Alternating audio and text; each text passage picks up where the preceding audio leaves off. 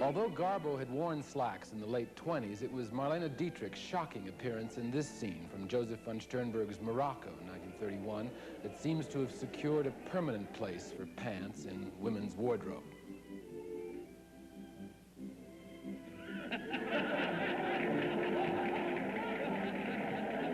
The 30s was a wildly divergent decade. At the start, the most popular box office star was among the oldest in picture history, and by the end, the most popular was the youngest ever. Both, of course, had their impact on fashion.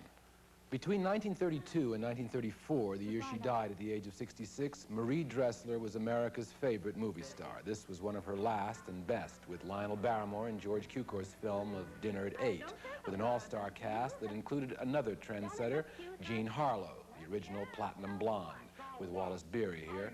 Another blonde, Carole Lombard, had an impact in dresses like this one, cut on the bias, in Howard Hawks' 20th Century with John Barrymore. But from 1934 to 1938, America's favorite female was Ms. Shirley Temple, age 6 to 10. Have you seen my new shoes? They are made out of wood. Among male stars, consistently the most popular throughout the 30s was the King, Clark Gable. And in this film, Frank Capra's 1934 comedy, It Happened One Night, Gable sharply changed men's fashion simply by not wearing something. When his shirt came off and there was no undershirt there, sales of undershirts plummeted.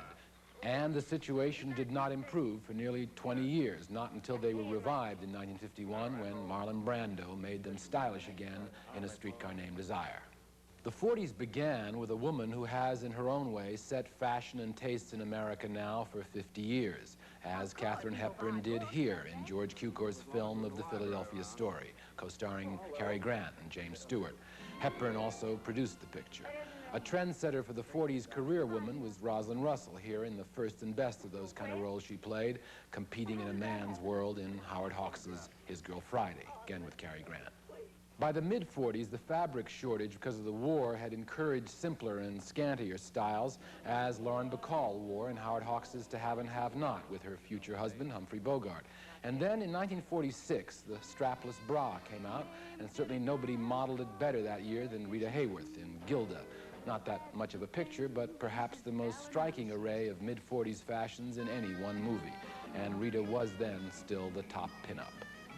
The 50s was the decade perhaps most extreme in its contrasts, the trends and styles so different.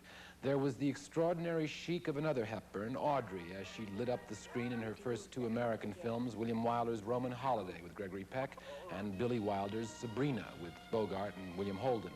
And certainly no one was less like Audrey than the most notorious star of the 50s, Marilyn Monroe, seen here in two of her earlier films, Hawks' Monkey Business with Cary Grant and Hawks' Gentlemen Prefer Blondes with Jane Russell.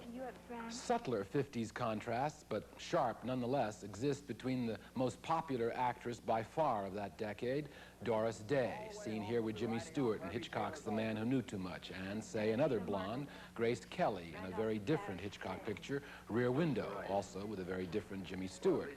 Or yet another blonde in another Hitchcock picture, Kim Novak in Vertigo, with yet another Jimmy Stewart. Or between brunettes as different as Elizabeth Taylor in George Stevens' A Place in the Sun with Montgomery Clift, and Ava Gardner in John Ford's Magambo with the king again, Clark Gable. Hey, Kelly, get away from that chimp and stop feeding him bubble gum. The 60s started out with a very influential look from Audrey Hepburn again as Holly Golightly in Breakfast at Tiffany's, Blake Edwards' film of the Truman Capote novel. But styles in the 60s, in at least two cases, were influenced by period pictures. With Barbra Streisand's first movie, Funny Girl, her hairstyles, makeup, clothes, and demeanor had a terrific impact, and so did Bonnie and Clyde, as dressed and portrayed in the Arthur Penn Warren Beatty movie, co-starring Faye Dunaway. And for the 70s, of course, there was that very particular look of Diane Keaton's in the Woody Allen comedy Annie Hall. And I love what you're wearing. Oh, you do? Yeah? Oh, well, this tie is a present from Grammy Hall. Who? Grammy Hall? Yeah, my Grammy. What are you kidding? What'd you do, grow up in a Norman Rockwell painting?